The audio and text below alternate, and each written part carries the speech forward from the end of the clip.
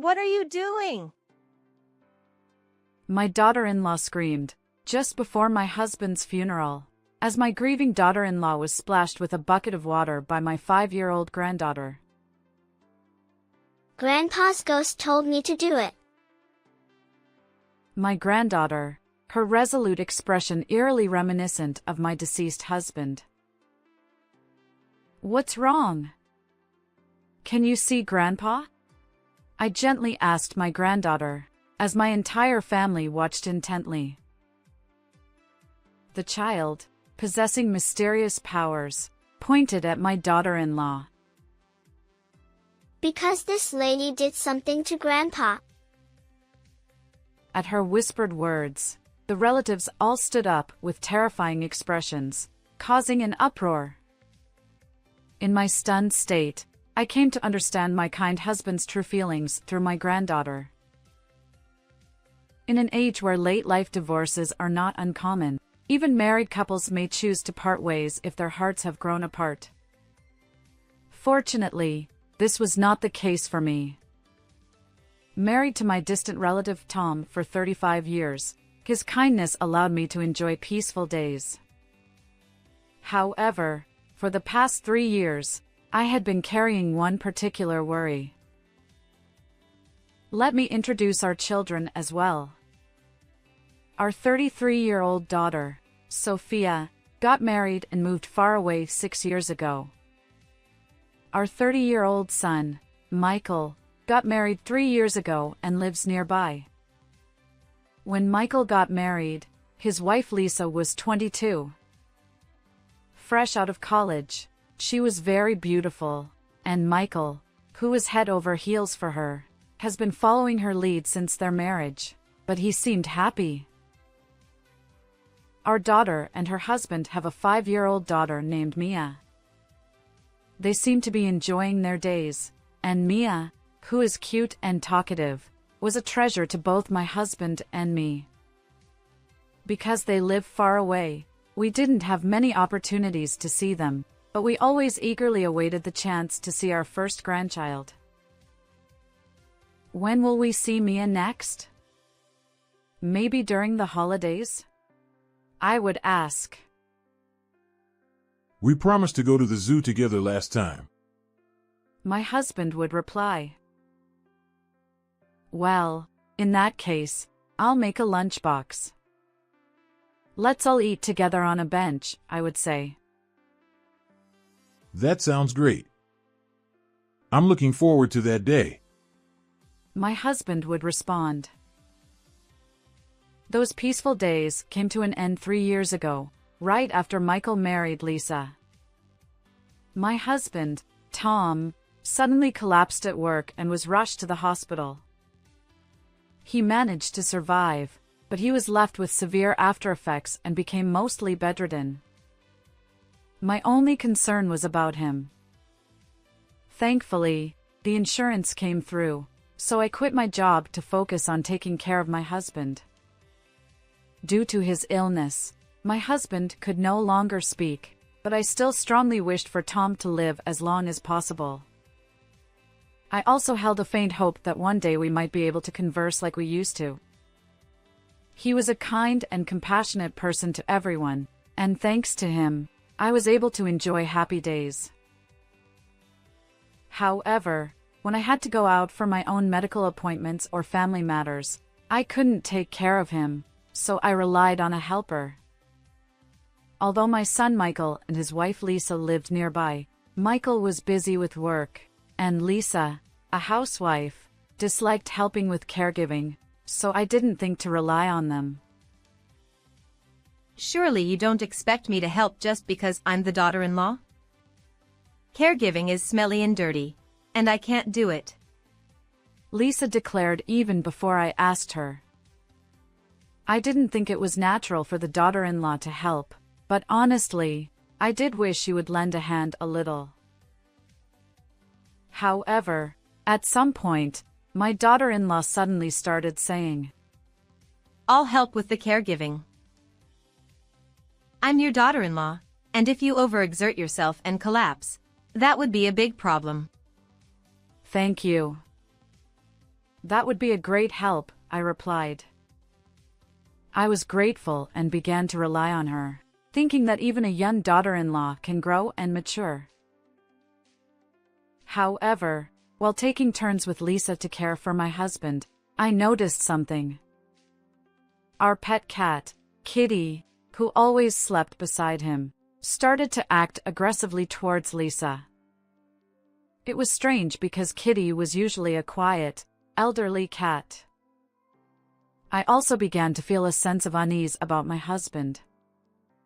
His usually calm expression turned into an angry growl when he looked at me.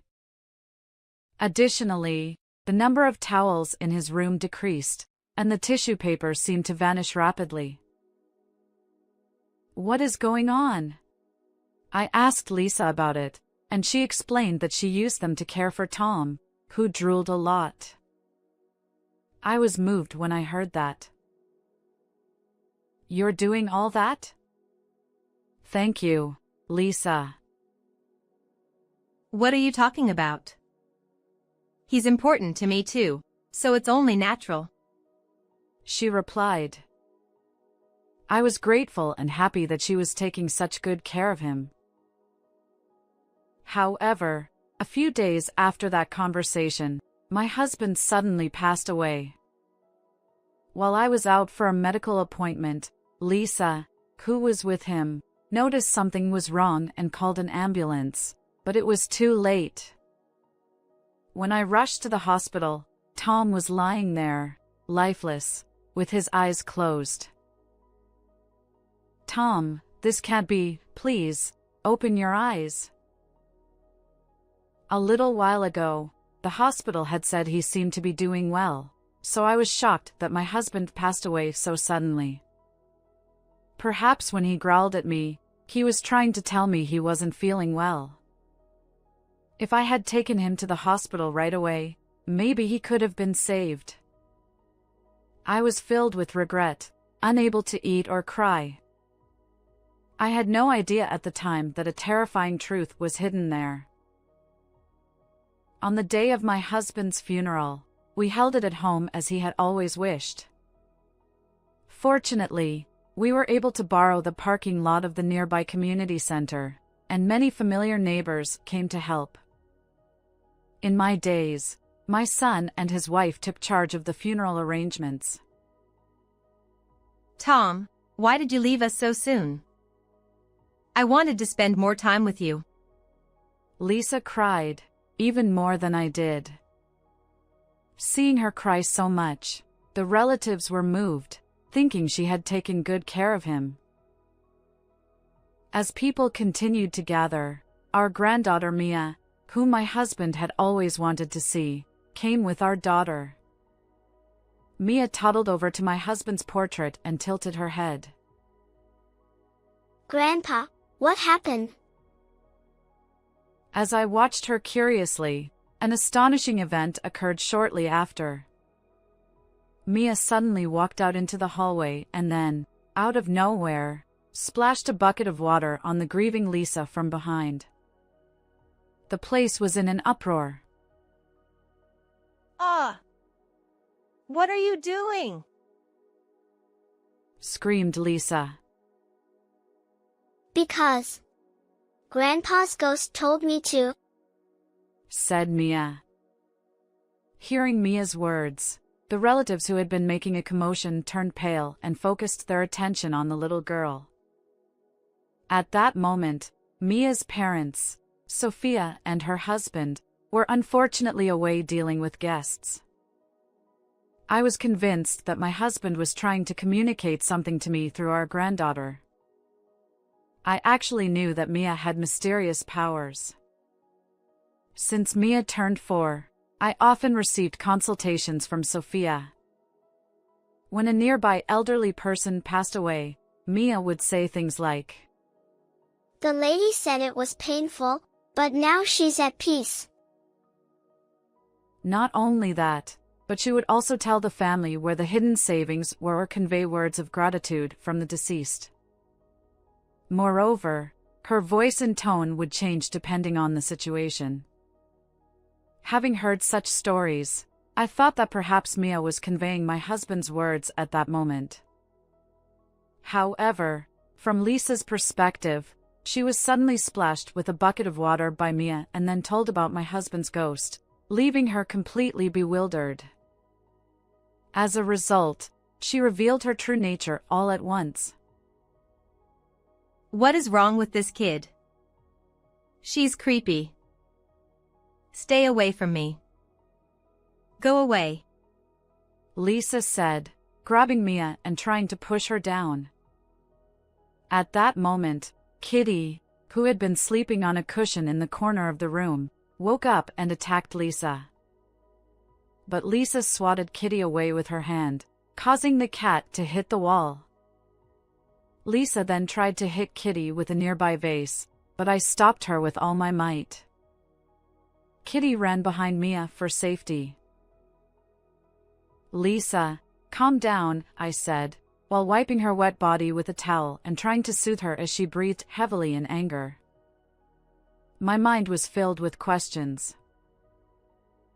Why does Kitty hate Lisa so much? Could something have happened when I wasn't around? Suddenly, I remembered something. I wanted to check it, but Lisa was furious, saying, You shouldn't spoil her just because she's a child. We should get rid of this cat too. I was doing my best to calm her down. When I looked at my granddaughter, I saw her biting her lip and glaring at Lisa. Mia, what's wrong? Can you see Grandpa? Because this lady told Grandpa to die soon, and that Grandma would be next. What? Immediately after, Mia started speaking in a low, growling voice, as if someone had possessed her. Her expression was resolute, unlike her usual self, and she somehow resembled my late husband. It was my daughter-in-law who poured water on my face and stuffed tissues in my mouth to stop my breathing. I won't forgive her for targeting Mary's life too. I will never let her have my property. Lisa began to tremble. Despite the room not being hot, sweat was pouring from her forehead. What are you talking about? Stop saying such nonsense. Someone get this kid out of here. Lisa shouted in anger. Ignoring Lisa's outburst, Mia furrowed her brow and wore a terrifying expression. I am Tom. I will show you proof. Listen carefully to Mia's words. Then, one of the relatives started talking about things Mia couldn't possibly know, like how they broke a bone falling from a tree as a child or how it took a cousin a month to learn to ride a bike. The relatives began shouting, Tom is here, and he's telling Mia as a ghost, while looking around in a frenzy. Everyone, what's going on? Calm down, Lisa said, bewildered by the reactions around her. But the relatives shared a common belief.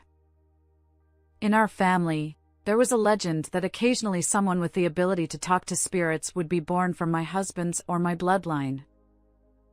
Everyone thought that Mia might have inherited this power. However, Mia's strange state didn't last long. When her mother, Sophia, entered the room, Mia collapsed into her arms and fell asleep. When she woke up a while later, she was back to her innocent self. Meanwhile, seeing the commotion among the relatives, I whispered in Lisa's ear. Lisa, calm down. I'll tell everyone how well you took care of Tom. Right. You'll prove that I took good care of him, won't you? Lisa said, calming down a bit as I handed her some tea. I need to go to the restroom, I said, leaving the room.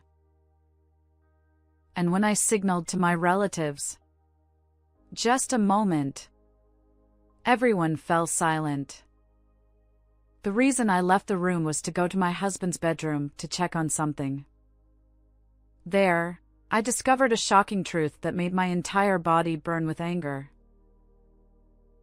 I will never forgive you. I will make sure justice is served. Feeling the anger welling up inside me, I carefully masked my emotions and returned to the room where Lisa and the relatives were. In my hand was a pet camera. I had bought it a while ago for Kitty and set it up in my husband's room, but it had been left unattended due to the chaos. Standing before everyone, I played the recorded data from the camera. It clearly showed my daughter-in-law harassing my husband. She was saying, "Die quickly and leave the inheritance to Michael. After you, I'll target the old hag." She was cursing, pouring water from a vase on my husband's face, and stuffing tissues into his mouth. As Tom struggled and coughed, she wiped away his spit and phlegm with a towel to avoid detection. At that moment, Kitty, who was trying to protect my husband, was kicked by her. Looking down at my husband, who was gasping for breath, Lisa laughed and said, "It's finally time for you to go to the other side." After confirming that he had passed away, she pretended to panic and called 911. The people watching were horrified by her actions. The unnatural decrease in towels and tissues, and the reason Kitty was only angry at Lisa, all made sense now. Later, we found out that Lisa had been harassing my husband in the same way every time she took care of him. She planned to kill my weakened husband first and then target my life. Moreover, she had the audacity to discuss her plan with my speechless husband. My husband must have been trying to warn me with his growls. With the truth revealed by the pet camera, Lisa had no escape and tried to flee, but the relatives present quickly restrained her. What kind of daughter-in-law is she? She wasn't taking care of him. She was trying to kill him. They exclaimed. Cornered, Lisa clung to her husband, Michael. "Please help me. I was just trying to make sure you got your dad's inheritance quickly. I did it all for you," she pleaded. However, upon learning of his wife's true nature, my son turned pale and shouted, "Stay away from me. You're a terrible woman for targeting my parents' lives." Realizing that Michael was not on her side, Lisa then turned to me, crying, "Mary, please help me. You were suffering from caregiving too, weren't you? I was just trying to make it easier for you." How dare you? My husband was always dear to me. How could you harm him? I will never forgive you. At that moment, the police, who had been called by one of the relatives, arrived. Lisa was miserably taken away, crying and screaming, while everyone glared at her with disdain. Later, Lisa was, of course, found guilty. Michael sued her for $20,000 in alimony and divorced her. I also sued her for $50,000 in compensation for taking my husband's life. In the end, Lisa's family paid the amount, but they were furious and said they would make her repay it once she was out of prison. Now, I live peacefully with Kitty. By the way, Mia whispered to me, Grandpa said he was sad about being sick, but he was happy you were always by his side. He said he will always be with you. Until the day I can meet my husband in heaven, I will live positively and brightly. How did you like this story? Please subscribe to the channel. See you in the next video.